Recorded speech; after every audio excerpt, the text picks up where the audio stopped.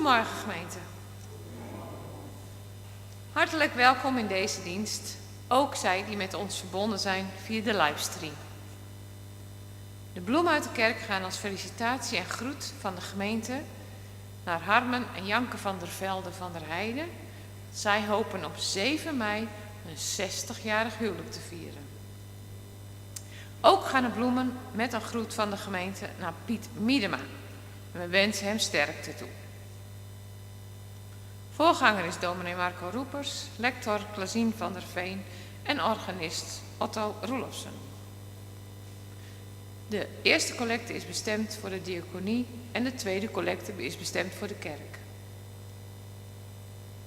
Ons intelslied is Psalm 68, 1 en 7 en we zingen dat indien mogelijk staande.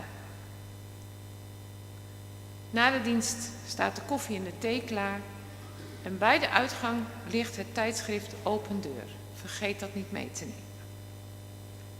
We wensen u een gezegende dienst.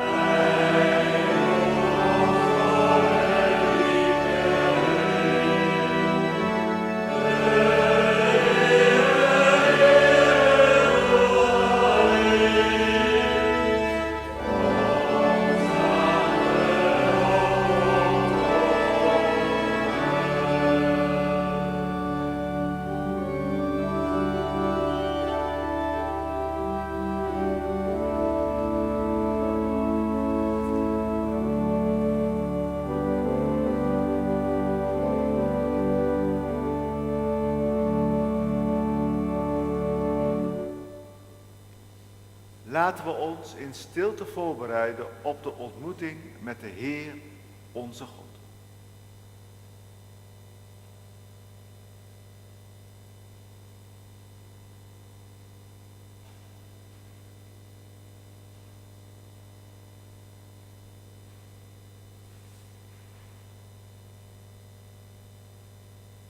Aan het begin van deze dienst spreken we uit dat onze hulp is in de naam van de Heer die hemel en aarde gemaakt heeft. Die trouw houdt tot in eeuwigheid en niet laat varen het werk van zijn handen. En in zijn naam groet ik u allen. Genade, barmhartigheid en vrede zij u van God de Vader en van Christus Jezus onze Heer. Amen.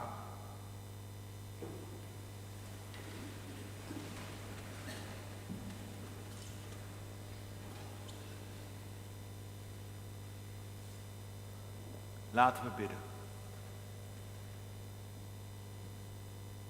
Hemelse Vader, hier zijn we samengekomen op 4 mei bij 80 jaar bevrijding. En al het nieuws staat bol over de oorlogstijd en wat daarin gebeurd is. En al die dingen, het gaat over vrijheid, het gaat over dodenherdenking, die houden ons bezig.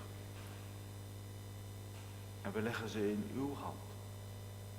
En we vragen u, wilt u zorgen dat we ons werkelijk vrij weten? Vrijgemaakt door u. Dat wij voor u kunnen verschijnen. Dat we met u kunnen leven. Voor uw aangezicht. Met u als onze God. Geef ons die vrijheid. Geef ons uw liefde. Dat wij dat kunnen ervaren in dit uur. Dat vragen wij u in Jezus' naam. Amen. Dan zingen we nu het Kyrie.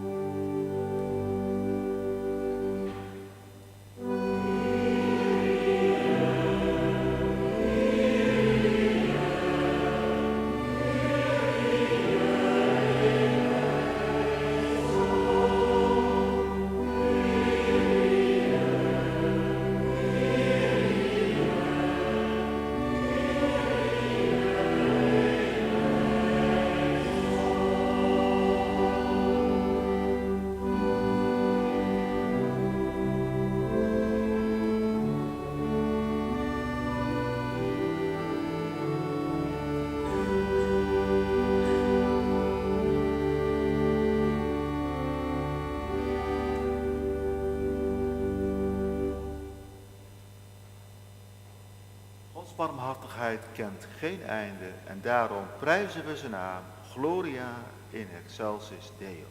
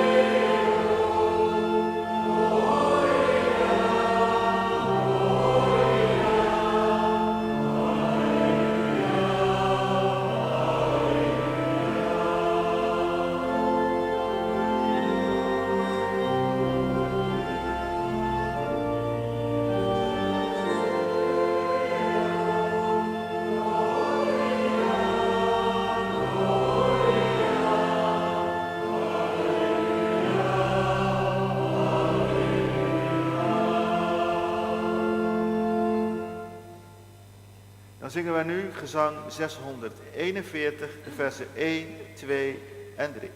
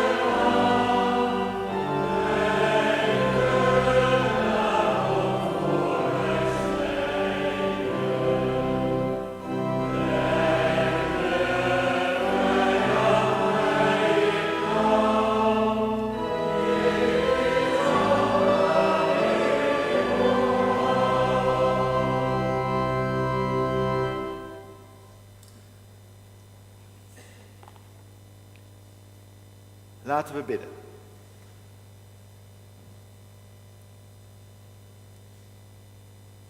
Hemelse Vader, wij vragen u om uw geest. Want hoe zouden we anders vrij kunnen zijn? Zonder uw geest gaat dat niet. Zonder uw geest weten wij niet wie u bent. Zonder uw geest kunnen wij u niet onder ogen komen en leven wij als verdoolde schapen. Zonder uw geest hebben we geen idee waar het hier over gaat. Kom met uw geest in ons hart en bevrijd ons. Maak ons daarmee tot uw kinderen. Door uw geest zijn wij met u verbonden. Help ons, zend uw geest. Dat vragen wij u. In Jezus' naam. Amen. Dan zingen wij nou een Johannes de Heerlied, nummer 13. Ik wandel in het licht met Jezus. 1 refrein, 4 refrein.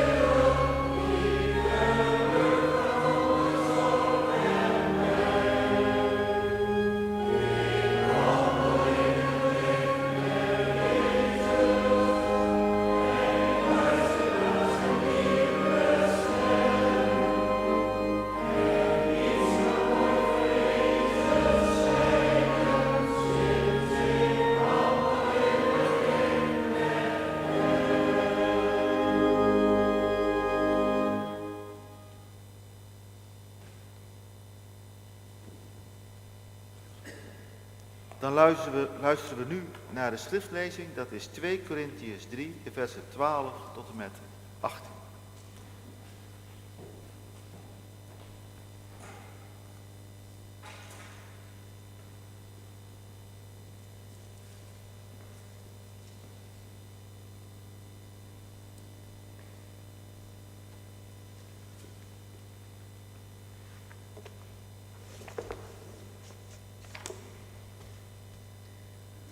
Hoor dan nu naar het woord van de Heer uit het Nieuwe Testament, uit het boek 2 Korinthen, hoofdstuk 3, de versen 12 tot 18. Dit is onze hoop en daarom handelen we in alle openheid en zijn we niet als Mozes, die zijn gezicht met een sluier bedekte, zodat de Israëlieten niet konden zien dat de glans verdween. Hun denken verstarde en dezelfde sluier ligt tot de dag van vandaag over het oude verbond, wanneer het voorgelezen wordt. Hij wordt alleen in Christus weggenomen. Tot op de dag van vandaag ligt er een sluier over hun hart, telkens als de wet van Mozes wordt voorgelezen. Maar telkens als iemand zich tot de Heer wendt, wordt de sluier weggenomen. Welnu, met de Heer wordt de geest bedoeld. En waar de geest van de Heer is, daar is vrijheid. Bij allen die met onbedekt gezicht de luister van de Heer aanschouwen, zullen meer en meer door de geest van de Heer naar de luister van dat beeld worden veranderd. zingen nu lied 686, vers 1, 2 en 3.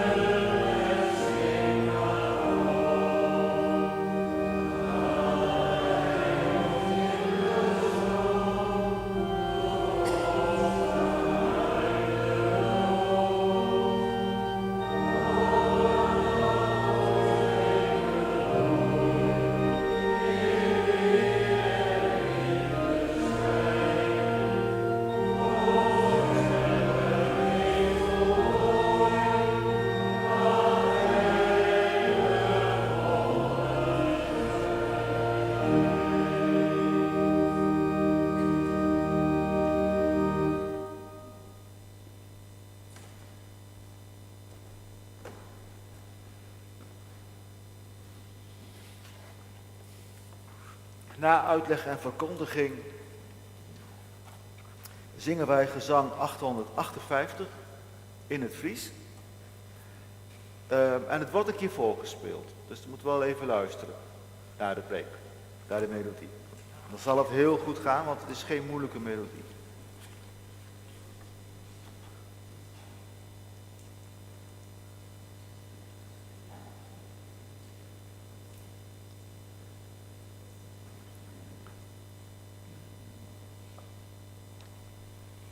Gemeente van onze Heer Jezus Christus. 80 jaar vrijheid. Het is 80 jaar geleden dat Nederland werd bevrijd. Ik sprak iemand die het bewust heeft meegemaakt. En dat wordt een steeds bijzonderder ervaring, want dat zijn steeds minder mensen die dat bewust hebben meegemaakt. De bevrijding. Die daarover kunnen vertellen. Er zijn steeds minder ooggetuigen van. En zij vertelde mij hoe uitbundig de sfeer was toen de Canadese aren kwamen binnenrijden. Ze kregen vrij van school. Ga maar naar buiten, zei de meester. De oorlog is voorbij. En dan zagen ze de Canadezen binnenkomen op hun tanks. Dus ze mochten op de tanks gaan zitten en ze werden door Arem heen gereden. Het was een groot feest. Het was een fenomenaal feest. De mensen waren intens blij. Het was het misschien wel het meest uitbundige feest dat ze ooit had meegemaakt. Eindelijk waren we vrij. Het was een enorme ontlading. Echt enorm. Maar dat vertelt ook iets over hoe verschrikkelijk de oorlogsjaren waren geweest. Hoe zwaar Nederland geleden heeft onder de terreur van het naziregime. Hoe verschrikkelijk het was. Een deel van de Nederlanders werden afgevoerd omdat ze Joods waren of van Joodse afkomst.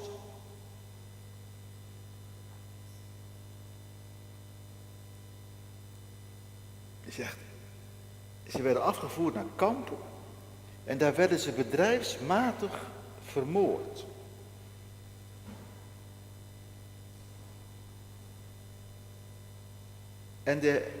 En dat te midden van de oorlog. Hoe langer ik daarover nadenk, het is op zich al pure waanzin dat je dat doet. Het is pure waanzin. Maar dat je zoiets opzet terwijl je land een verschrikkelijke oorlog voert, dat is niet meer te bevatten, vind ik. Het is al niet te bevatten, maar dan wordt het nog minder te bevatten. Ja. Maar niet alleen hen. De tewerkstelling in Duitsland.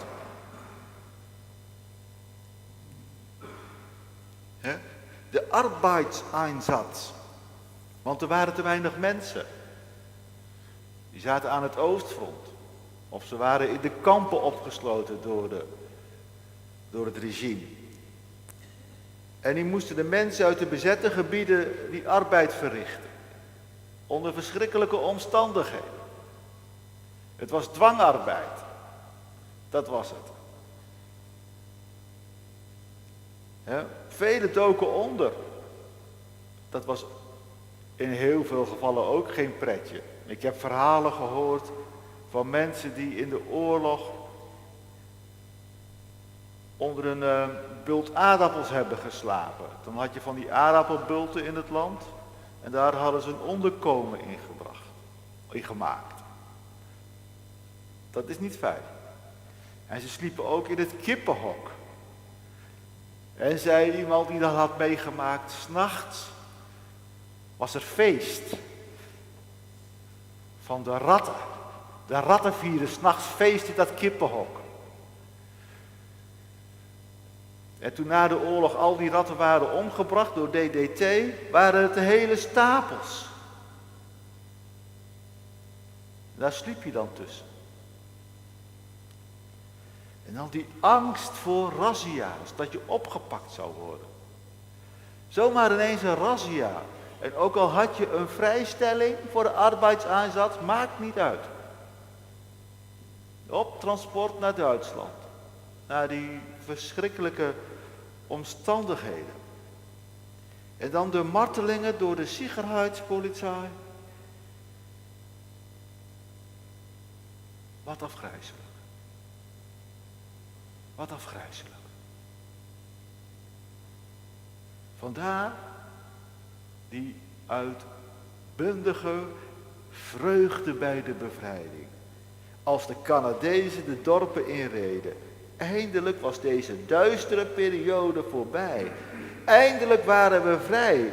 En beseften we al te goed wat vrijheid is. En hoe belangrijk vrijheid is. Vrijheid is vrijheid van tirannie. De tirannie verdrijven die mij mijn hart doorwond. Jullie kennen die regel toch? Uit het 6e vers van het Wilhelmus. Vrijheid is geen dwangarbeid. Gaan en staan waar je kan. Voor je mening uit kunnen komen. Maar al die vormen van vrijheid, die komen op één punt samen. En dat is dat vrijheid leven is zonder angst. Niet meer bang zijn. De angst is voorbij. Op 5 mei 1945 was de angst voorbij. Konden we opgelucht ademhalen. En leven we al 80 jaar zonder angst?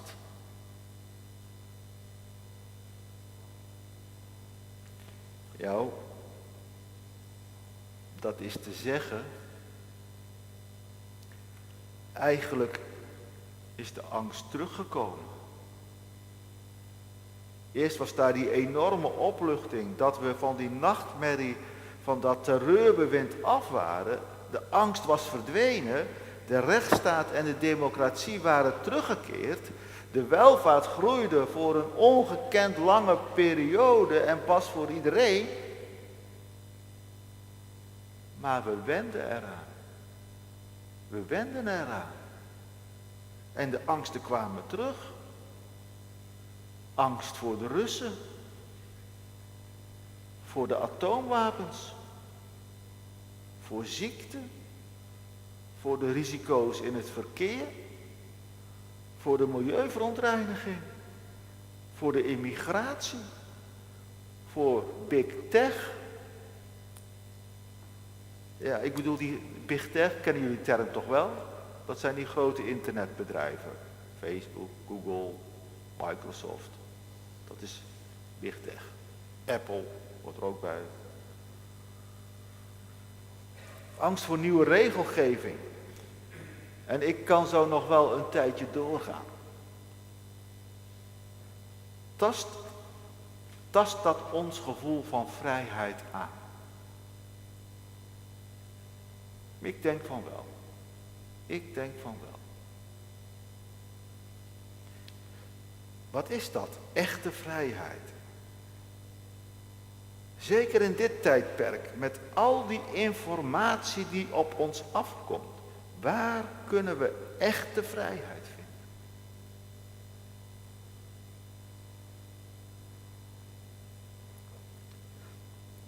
We lazen vandaag uit 2 Korintiërs 3.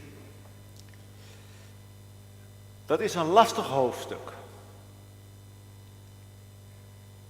Als je dat zo hoort voorlezen, dan vraag je je af. Waar heeft Paulus, die de schrijver van deze brief is, waar heeft hij het over? Ja toch, of niet? Dachten jullie dat niet? Toen jullie het hoorden voorlezen. Waar gaat dit over?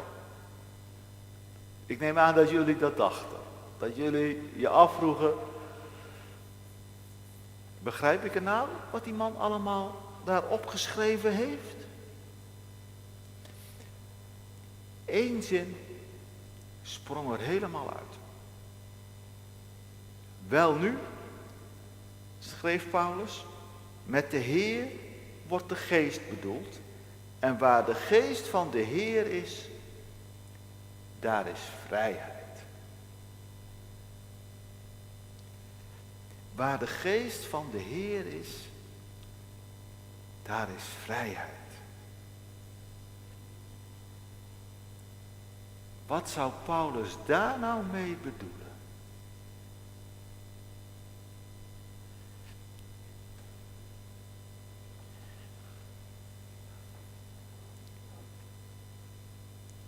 Ik denk dat Paulus dit niet bedacht heeft. Hij heeft dit ervaren. Hij heeft dat ervaren. Hij getuigt hier van zijn ervaring, wat hij heeft meegemaakt.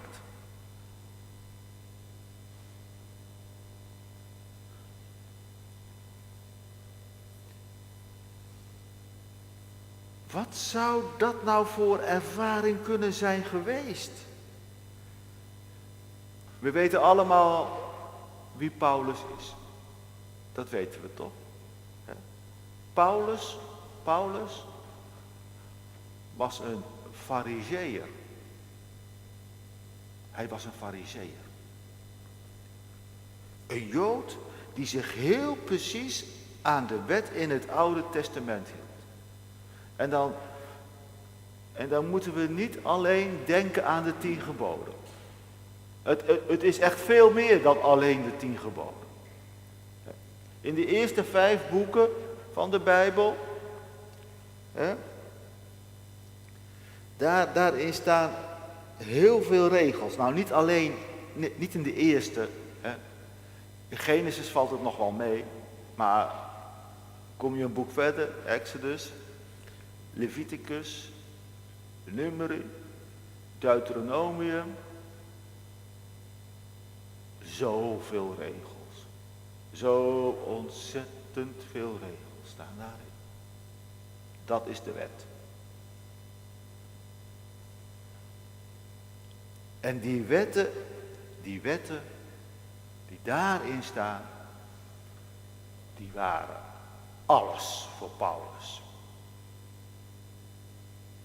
Daar hing zijn leven van af, van die wetten. Echt waar, het was een zaak van leven en dood. En die mensen die Jezus als Messias, of een ander woord voor Messias, dat is Christus, aanhingen, die moesten goedschiks of kwaadschiks weer op het juiste pad gebracht worden. En dat juiste pad was dus niet Jezus, dat was de wet.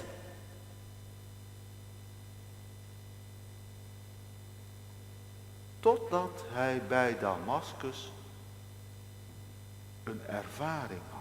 Een hele bijzondere ervaring. Hij ontmoette daar bij Damaskus Jezus. Die was al lang naar de hemel gevaren. Maar het was een ervaring die de Heilige Geest had gegeven. Oftewel, de Heer is de Geest. En alles stort in. Alles stort in. Hij wilde God dienen. En hij streed tegen God. En toch heeft Jezus hem niet verworpen, maar juist geroepen. Hoe is het mogelijk? Nu kent hij God beter dan hij hem ooit gekend heeft. Als wetsgetrouwe farizeeër. Hij dacht toen God te kennen, maar na die Damaskus-ervaring waar Jezus aan hem verscheen, kent hij God veel beter dan daarvoor.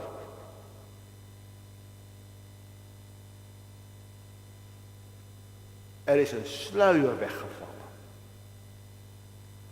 En hij herkent dat in het verhaal over het gezicht van Mozes. Dat is een heel bijzonder verhaal. Dat als Mozes terugkeert van de Sinaï, waar hij met God gesproken heeft, dat zijn gezicht straalde. En omdat de Israëlieten dat niet verdragen konden, droeg hij een sluier voor zijn gezicht. Zo staat dat daar. Nou, daaraan moet Paulus denken. Nou, Paulus heeft God nu ook ontmoet. In de vorm van Jezus. In de vorm van de Geest. En hij heeft geen sluier nodig.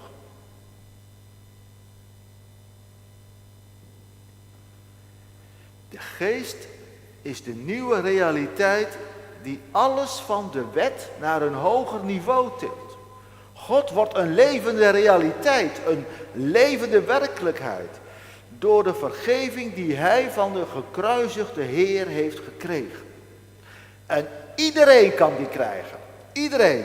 Door de Geest. Want door de Heilige Geest worden wij één met Jezus. En dat betekent absolute vrijheid. Want wij zijn voor altijd met God verbonden. Voor altijd. Door deze nieuwe realiteit. Omdat Jezus als verhoogde Heer in de hemel door de Geest bij ons is.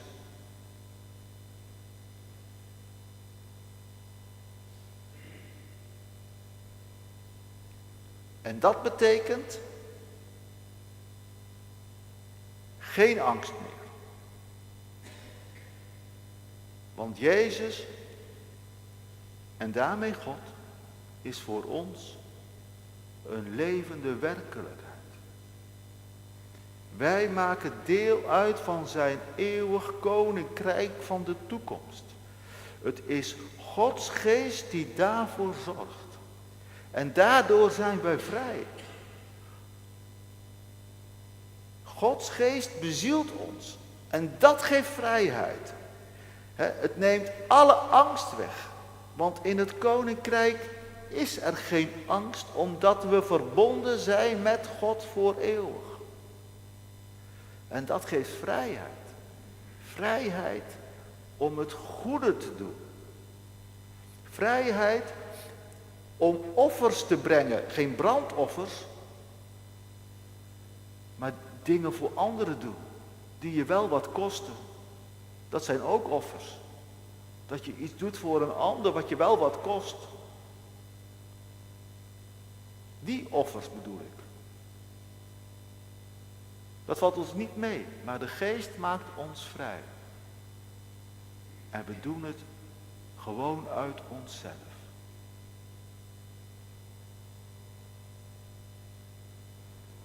We doen het ook niet omdat de wet het voorschrijft, maar omdat we bezield worden door het goede. Door de geest, door de Heer Jezus, door God. Want we hoeven niet meer bang te zijn. We hoeven niet meer bang te zijn. Want angst brengt uiteindelijk niet het goede voort. Angst brengt onvrijheid. Angst maakt dat we geleefd worden. Vrijheid betekent verlossing van angst. We worden bevrijd. Het is altijd bevrijdingsdag in het geloof. Omdat we bevrijd worden van de macht van zonde en dood. We worden bevrijd om te leven. Om te leven voor Gods aangezicht. Vrij om het goede te doen. Als dat geen reden voor blijdschap is, voor een uitbarsting van vreugde, dat we bevrijd zijn door Jezus. Amen.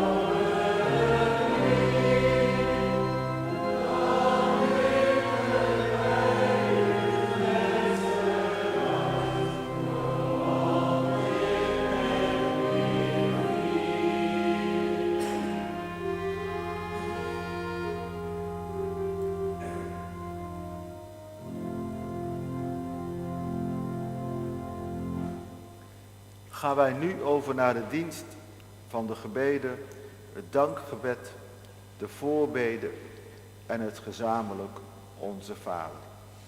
Laten we bidden. Hemelse Vader, wij danken u voor de vrijheid. De vrijheid die we hier al 80 jaar hebben. Die ons gegeven is door de offers die de geallieerden brachten. Om dat verschrikkelijke regime te verslaan.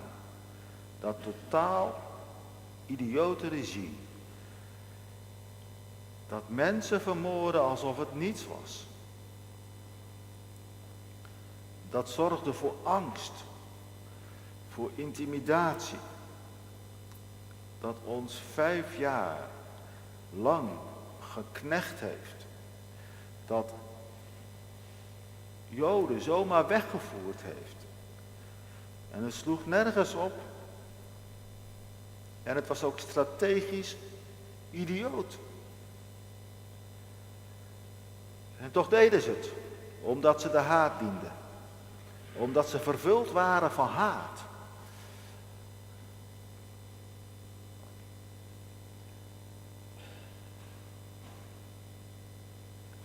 En toen werden we bevrijd. En we ervoeren hoe groot uw kracht is. Dat mensen die de haat dienen ten onder zullen gaan. Mensen die oproepen tot haat. Uiteindelijk zullen ze het gelag betalen. Want het gaat om de liefde. Leer ons uw liefde. Leer ons de vrijheid. Leer ons niet door angst te beheersen. Want angst, dat sluipt er maar zo in. En dan laten we ons daardoor leiden en dan worden we ongevoelig voor het lot van anderen. En dan zaaien we alleen maar meer haat. Leer ons uw vrijheid door de geest, die sterker is dan haat. Bevrijd ons van de angst door uw geest. Want waar uw geest is, daar is vrijheid. En we willen niets liever dan die vrijheid in ons hart. Goede God, bevrijd ons. Maak van ons leven een continue bevrijdingsdag.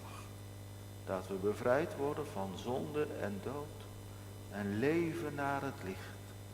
Dat we het goede doen voor elkaar. Niet omdat uw wet het voorschrijft, maar omdat we bezield worden door uw geest. Wij bidden voor uw wereld. 80 jaar na de bevrijding. En er zijn zoveel plekken waar zoveel onvrijheid is. We denken daarbij aan Israël en Gaza. Hoe de angst daar weer alles vermorzelt, vernietigt. Hoe 2 volkeren in volledige haat leven. Angst hebben voor elkaar. En niets beter weten te bedenken dan dat het beter is dan dat dat andere volk maar verdwijnt. Wij bidden u voor Sudan. Wij bidden u voor Ethiopië. Wij bidden u voor Eritrea. Wij bidden u voor Somalië. Wij bidden u voor Jemen. Wij bidden u voor Congo. Wij bidden voor Libië. Wij bidden voor Syrië. Wij bidden voor Irak. Wij bidden voor Iran. Wij bidden voor zoveel landen in deze wereld. Waar zoveel aan de hand is. Waar zoveel brede regimes heersen. die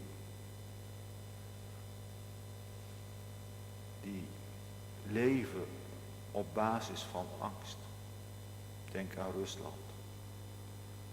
Denk aan de oorlog in Oekraïne. Goede God, bevrijd ons. Strijk het kwaad uit ons gezicht. Maak ons weer tot uw mensen. Wij bidden u ook voor de zieken onder ons. Die worstelen met de ziekte. Die worstelen met het leven. Goede God, bevrijd ons. Maak ons tot nieuwe mensen. Bevrijd ons van de zonde. Bevrijd ons van de dood. Wat wij op ons hart hebben, leggen we u in stilte voor.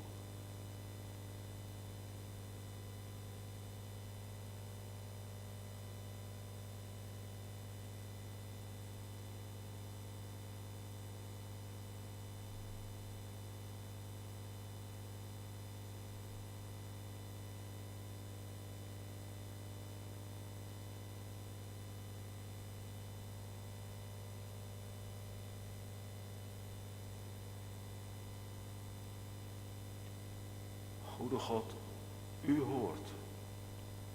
Uw zoon heeft het zelf gezegd. En soms geloven we er niets van. Maar uw beloften blijven staan. En uw koninkrijk zal komen.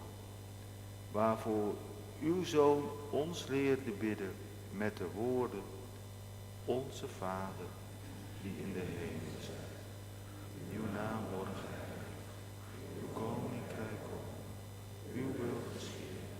Gelijk in de hemel, als ook op de aarde. Geef ons heden ons dagelijks brood. En vergeef ons onze schulden. Gelijk ook wij vergeven onze schuldenaren. En laat ons niet in verzoeking, maar verlos ons van de boze.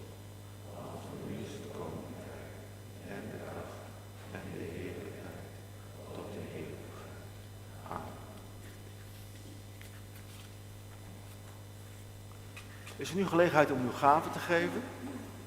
En daarna zingen we staande als slotlied het Wilhelmus, gezang 708. En dat kunnen we gewoon in de dienst zingen, want ik heb het geciteerd in de preek. En eigenlijk hadden alle liederen met bevrijding te maken, want ook die eerste psalm, psalm 68, die ik opgegeven had. Ik denk dat die uit volle borst is gezongen op de eerste zondag na de bevrijding. Dat weet ik wel zeker. Psalm 68. Lees die versen 1 en 7 nog maar eens door. Met de bevrijding in je achterhoofd. Echt heel bijzonder.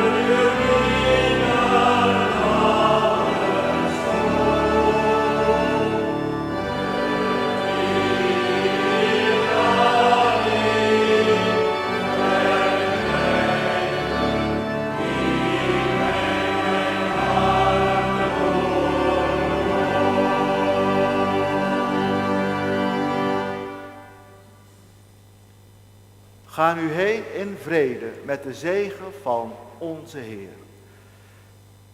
De Heer zegent u en behoedt u. De Heer doet zijn aanschijn over u lichten en is u genadig. De Heer verheft zijn aangezicht over u en geeft u vrede.